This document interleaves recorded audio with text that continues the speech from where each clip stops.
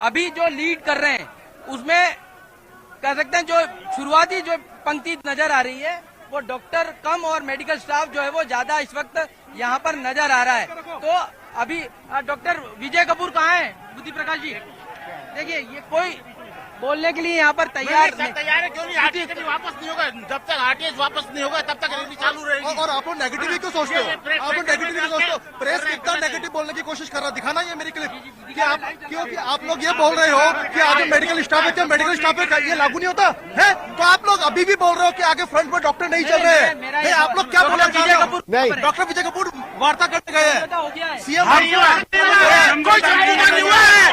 Continue है विजय कपूर सौरभ आप उस भीड़ से हटें, सौरभ आप उस भीड़ से हटें, आप आगे आ जाइए। सौरभ आप कोई समझौता नहीं हुआ, अभी कोई सूचना नहीं, कोई सूचना नहीं, रोल बैक आरटीएच, कोई समझौता नहीं हुआ। अभी ऐसी कोई सूचना नहीं, समझौता हुआ है। हमारे नेता जब तक यहाँ नहीं आ जाएंगे, वो कुछ हमें इन्फॉर्म नहीं करेंगे, तब तक हम भ्रामक जो भी सूचना है उनसे हम प्रभावित नहीं हो सकते। कपूर है यहाँ पे, हर डॉक्टर विजय कपूर है। हमारे नेता जब तक हमें कोई संकेत नहीं देते हैं रैली जारी रहेगी।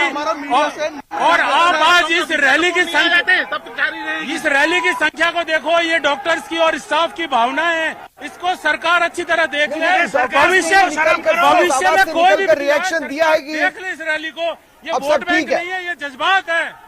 ये जो रैली हो रही है वो डॉक्टर्स ने ही कहा है कि समझौता हो गया है। नहीं हुआ, बहुत समझौता अभी हमारे। अरे इस रैली को देखो, ये ऐसी गाड़ी में भर के किराए पे नहीं आई है, ये अपने आप आई है। देखो इनको कोई खाना नहीं दे रहा, कोई पानी नहीं दे रहा, ये अपने आप आई है। भ्रामक परिस्थितियां कभी भी क्लियर की जा सकती है। आज सुबह भी कुछ अखबारों की न्यूज थी कि रैली ये आज का आंदोलन स्थगित हो गया है, पर क्या आपको लग रहा है इसको देख के कि आंदोलन स्थगित हो गया? ये विजय रैली के रूप में होगा। नहीं, ये विजय रैली अभी हमारी अभी भी आक्रोश रैली है ये। अभी जो एमओयू साइन हुआ है वो 80% यहाँ पे जो खड़े डॉक्टर्स हैं उनमें से किसी को भी सहमति नहीं है, उसमें कोई विजय रैली नहीं है, ये आंदोलन जारी है, ये देखिए कंटिन्यू है। इसकी हम बात कर रहे थे, नो टू आरटीएच का आंदोलन है ये। स्वप्निल देखिए इसी की हम बात कर रहे थे सौरभ। उठाया था वही सवाल यहाँ पर अब भी कायम है, क्योंकि क्लियरिटी नहीं है, क्लियरिटी नहीं है। जी बिल्कुल, ये हमारी तरफ से कोई विजय रैली नहीं है। अभी तो हड़ताल जारी है, आंदोलन चल रहा है, इसमें कोई सवाल ही नहीं है। हमारे 80% डॉक्टर्स जो 8 एमओयू के पॉइंट से उन पर आप ही के प्रतिनिधि मंडल सीएस आवास के बाहर कह रहे हैं अब ये धन्यवाद रैली है। और समझौता करके आए वो कौन है, वो कहाँ है? हम जो समझौता करके आए हमारे वही प्रतिनिधि हैं, लेकिन सरकार ने किस दबाव में ला करके उनसे साइन कराई हमें भी नहीं पता। इस रैली के पश्चात हम उनसे बात करेंगे। और ये किसी भी रूप में कोई विजय जुलूस नहीं है हमारा, ये सरकार के खिलाफ हमारी आक्रोश रैली है। आक्रोश रैली है। कुछ डॉक्टर्स का कहना है कि ये आक्रोश रैली है। देखिए स्वप्निल, कुछ का सभी डॉक्टर, आप झूठ क्यों बोलते हो मीडिया में? कहा कुछ डॉक्टर कहा, ये कुछ डॉक्टर दिख रहे हैं आपको? आपके समझौता करके आए वो आपके नेता है या नहीं? नहीं, अभी वो नेता है कि नहीं है? अभी नो टू आरटीएच, विजय कपूर आपके नेता है या अभी नहीं? ओनली नो टू आरटीएच इस समय, no to RTH, no to RTH. Only no to RTH. ठीक है, देखिए ये कंफ्यूजन की स्थिति जो है वो लगातार बनी हुई है। और यहाँ पर डॉक्टर जो है वो ये साफ तौर पर कह रहे हैं no to RTH, no to RTH की बात जो है वो यहाँ पर कही जा रही है। लेकिन ये कंफ्यूजन इसलिए आते है क्योंकि अगर तमाम नेता यहाँ पर आके पहले घोषणा करते तो जो है बात, हाँ इसीलिए मैंने इस बात को बताया। देखिए आप मोटे तौर पे हमारे दर्शकों को और बेहतर बता पाएंगे कि आखिर सीएस आवास के बाहर से अगर आपके पास 4 व्हीलर है तो इस रैली स्थल तक पहुंचने में कितनी देर लगती है?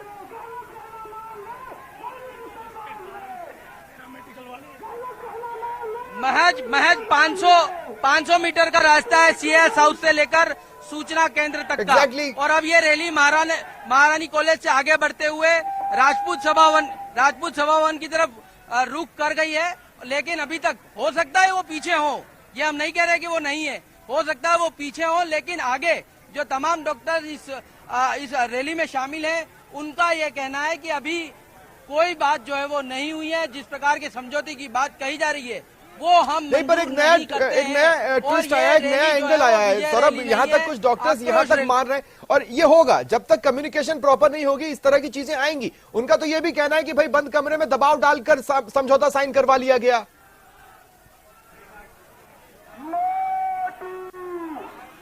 बिल्कुल डॉक्टर राजवेंद्र यही कह रहे हैं कि दबाव डाल के बनाया होगा।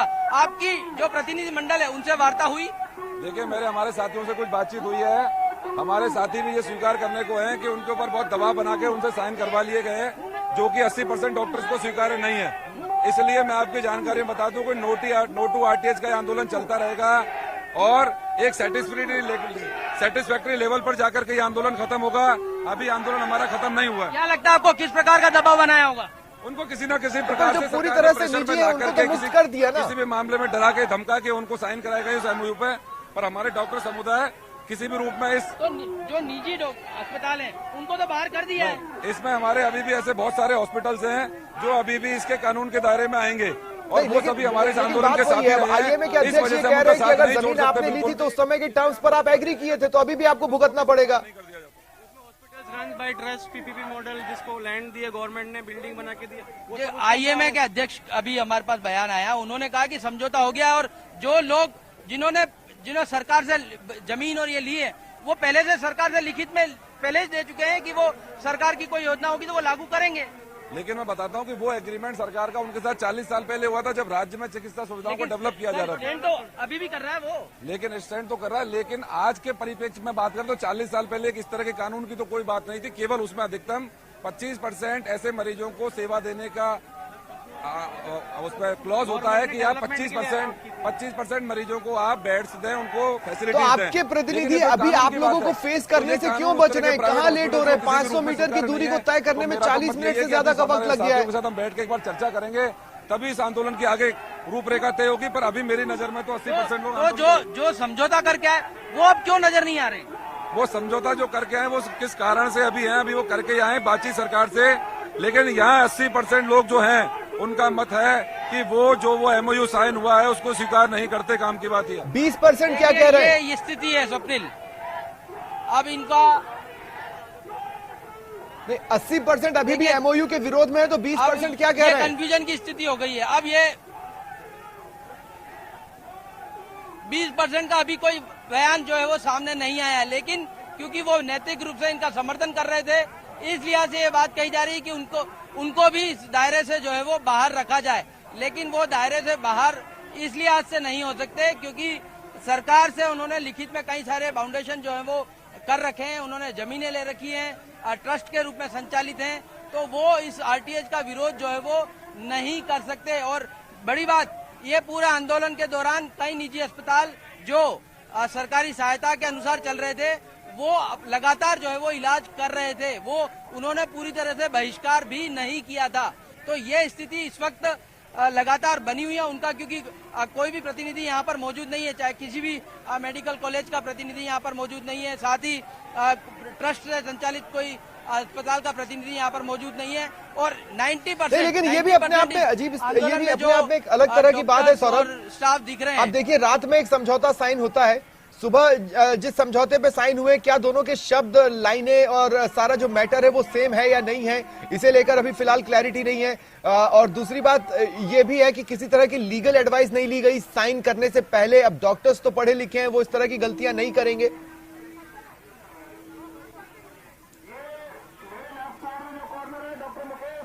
बिल्कुल, देखिए जो बात पहले सामने आ रही थी वही समझौता जो है वो डॉक्टर प्रतिनिधि मंडल ने किया है। अब उन्होंने किस प्रेशर में किया है, या फिर वो अब सामने नहीं आना चाहते हैं, या फिर वो यहाँ आकर कुछ और बात करते हैं, ये तमाम चीजें जो हैं वो उनके आने के बाद ही क्लियर हो पाएगी। अभी कुछ भी क्लियरिटी जो है वो यहाँ पर नहीं है। और इससे ये बताते हैं कि वो यहाँ पर आएंगे, उसके बाद संभवतः इस रैली के बाद वो यहाँ पर आरडी हॉस्टल गवर्नमेंट जो ग्राउंड है वहां पर जाके अगर बैठक होगी और उसमें संभवतः घोषणा वो लोग करें। लेकिन हाल फिलहाल ये स्थिति है कि रैली लगातार जारी है और इस रैली के दौरान नारेबाजी भी जोरदार होती हुई यहाँ पर साफ तौर पर नजर आ रही है। जी स्वप्निल। बिल्कुल, और ओपन जीबीएम की बात की जा रही है। हो सकता है कि अभी फिलहाल संक्षिप्त तौर पर अपनी, क्योंकि देखिए ये डर तो बिल्कुल रहेगा कि आप गए और सिर्फ अपना अपना देखा और बाकियों को बेच दिया इस आंदोलन के नाम पर। इस तरह के आरोप भी हो सकता है समय के साथ लगाए जाएं।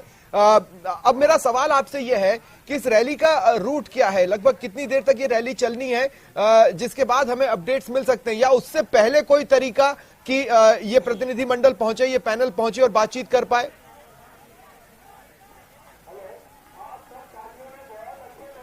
देखिए, हम कोशिश करते हैं कि जो प्रतिनिधिमंडल है अगर वो इस रैली में शामिल होता है तो उनसे बात जो है वो की जाए। लेकिन अभी ये जो रैली है ये सेंट जेवियर स्कूल के पास जो है वो पहुंच चुकी है। कुछ देर में ये राजपूत सभा भवन होते हुए 532 सर्कल पर पहुंचेगी। उसके बाद MI रोड होते हुए रामनिवास गार्डन होते हुए वापिस जो है वो RD हॉस्टल ग्राउंड जो है वो पहुंचेगी। करीब 1 घंटे से ज्यादा का समय जो है वो और लग सकता है। और अभी चूंकि यहाँ पर रैली जो है वो बहुत धीरे धीरे जो है वो आगे बढ़ाई जा रही है। नो टू RTH के नारे जो है वो साफ तौर पर यहाँ पर लगाए जा रहे हैं। और अभी जिस प्रकार से डॉक्टर सुनील चुग ने कहा कि वो रैली में शामिल हैं, तो उनसे बात करने की हम कोशिश करेंगे। लेकिन फ्रंट पर जो भी डॉक्टर्स इस वार्ता में जाकर आए हैं वो फ्रंट पर इस वक्त यहाँ पर नजर नहीं आ रहे हैं। जी, तो प्रदेश की चिकित्सा व्यवस्था अभी भी राहत की सांस नहीं ले सकती, क्योंकि आप देखिए जिस तरह का कंफ्यूजन है। CS आवास के बाहर कुछ डॉक्टर्स के चेहरे जितना खिला हुआ नजर आ रहे थे, उनके रिएक्शंस जितने बाग नजर आ रहे थे, उतना यहाँ इस रैली में नजर नहीं आ रहा है। बल्कि क्या हम ये कह सकते हैं सौरभ की एक कंफ्यूजन के साथ एक हतोत्साहित सा एटमॉस्फेयर है, कुछ लोग ठगा सा महसूस कर रहे हैं।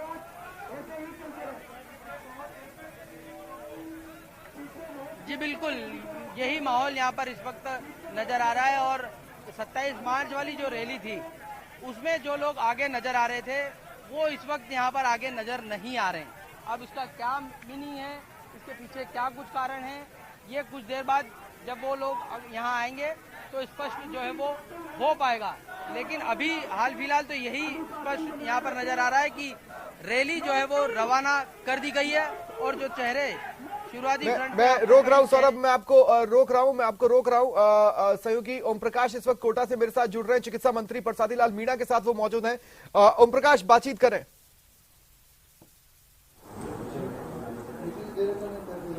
जी, चिकित्सा मंत्री प्रसादी लाल मीणा कोटा दौरे पर। सीधे हम आपको लाइव तस्वीरें दिखाते हैं। यहाँ सर्किट हाउस में जो है यहाँ कार्यकर्ताओं से मिल रहे हैं। सर, जानना चाहते हैं या डॉक्टरों में कंफ्यूज जैसी स्थिति जयपुर में कि आपने RTH बिल वापस ले लिया है?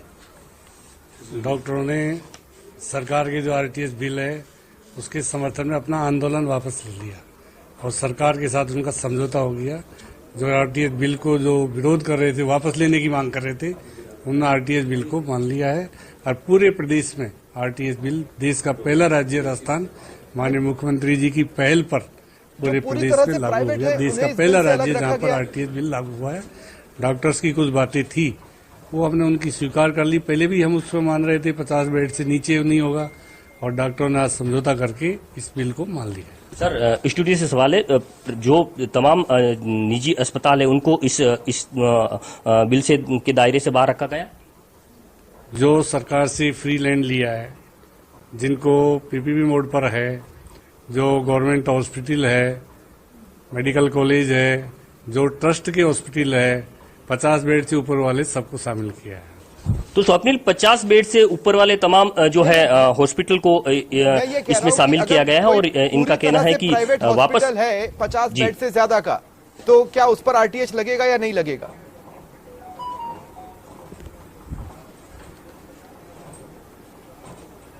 वापस बात कर लेते हैं। वैसे तो इन्होंने खुल के बात कर ली थी। सर, 50 बेड से ऊपर वाले जो है पूरी तरह से निजी हॉस्पिटल जिन्होंने सरकार से कभी मदद नहीं ली, 50 बेड से ऊपर वालों पे ही लागू होगा, नीचे वालों पे नहीं होगा। बड़े जो हॉस्पिटल है उन पे लागू होगा। 50 बेड से नीचे जैसे छोटे उन पे लागू नहीं होगा उनको। स्वप्निल, 50 बेड से नीचे जितने भी तमाम जैसे छोटे चिकित्सालय हैं, क्लिनिक हैं, छोटे अस्पताल हैं, उन पर ये RTH बिल लागू नहीं होगा। और जो बड़े अस्पताल है उन पर ये लागू होगा, उन पे ये RTH बिल लागू होगा। तो निजी चिकित्सकों में जो जयपुर में है वो भले ही कंफ्यूज की स्थिति है, लेकिन चिकित्सा मंत्री जी ने साफ कर दिया कि अब आगे की क्या रूपरेखा रहेगी इन चिकित्सकों की वो तो समय बताएगा। लेकिन फिलहाल ये कहा जा सकता है कि 50 बेड से ऊपर जो भी अस्पताल है, मेडिकल जो कॉलेज है, जिन सरकार की तरफ से जो ट्रस्ट से जमीन दी गई है या अन्य जो जिस दायरे में आते हैं उनके नियमों के अनुरूप वहां उन अस्पतालों पर ये लागू रहेगा। जी, लेकिन अब देखिए, जैसे सीएम गहलोत की कुछ स्कीम्स होती हैं, ओम प्रकाश, जिसको जहां जहां कांग्रेस की सरकार है वहां पर लागू करने की कोशिशें होती है, जैसे ओपीएस, तो छत्तीसगढ़ में भी उसको लागू करने की कोशिशें की गई। दूसरी बात यह है कि हो सकता है आरटीएच को भी दूसरे राज्य लागू करने की कोशिश करें, तो वहां पर भी उनको हो सकता है इसी तरह से डॉक्टरों की हड़ताल का सामना करना पड़े।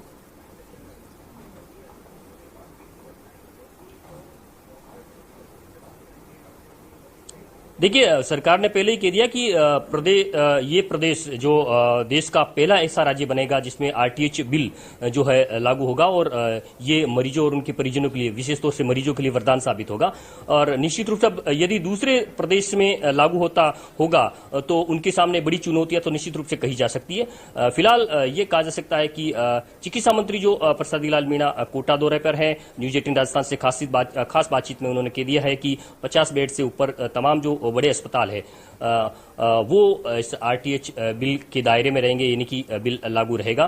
तो मरीजों को एक छोटा सा रिएक्शन ले लें। ये इसमें कोई शक नहीं है कि प्रदेश की जनता के लिए ये बहुत बड़ी सौगात है, लेकिन चिकित्सा मंत्री से आप ये जरूर पूछे कि इस चीज को लागू करवाने में सरकार पर काफी आर्थिक भार पड़ना है, तो क्या भविष्य में आप केंद्र सरकार से उसमें आर्थिक मदद की उम्मीद करेंगे या अपने फंड्स खुद जुटाएंगे?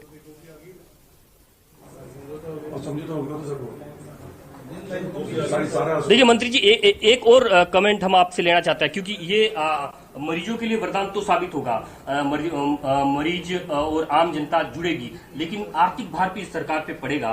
क्या इसके लिए क्या उपाय करेंगे? सरकार को आर्थिक भार की चिंता नहीं है, लोगों की चिंता है, जनता की चिंता है।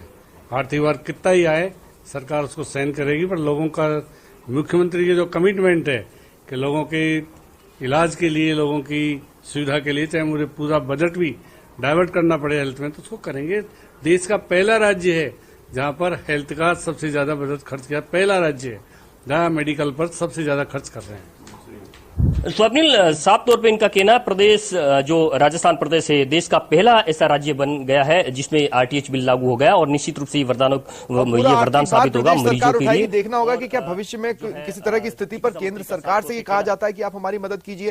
फिलहाल ओम प्रकाश, मैं आपका शुक्रिया करता हूं मेरे साथ जुड़ने के लिए। और जयपुर में जिस तरह की कंफ्यूजन की स्थिति है वो इस पॉइंट को लेकर है कि जो समझौता साइन हुआ है उससे कुछ लोग सहमत हो सकते हैं, लेकिन दावा यह किया जा रहा था कि मेजॉरिटी में लोग सहमत नहीं है। ऐसे में जो प्रतिनिधि मंडल या जो पैनल इनके बिहाफ पर बातचीत करने गया और सीएस के साथ बातचीत करके आया है, वो फिलहाल इन लोगों के बीच में नहीं पहुंचा है। माना यह जा रहा है कि जब ये रैली खत्म होकर वापस अपने शुरुआती स्थल पर पहुंचेगी तो वहां पर ओपन जीबीएम होगी और उसमें अनाउंस किया जा सकता है। हो यह भी सकता है कि उसके बीच में ही वो चेहरे इनके साथ जुड़ जाएं, लेकिन कुछ एग्रेसिव रिएक्शंस और कुछ हतोत्साहित टाइप के रिएक्शंस जरूर इस रैली में डॉक्टरों के नजर आ रहे हैं। ओवरऑल कंफ्यूजन की स्थिति है वो समय के साथ धीरे धीरे दूर होगी, लेकिन बड़ी खबर यह है कि समझौता हुआ है। अब देखना यह है कि बाकी के डॉक्टर्स कैसे इस निर्णय को लेते हैं।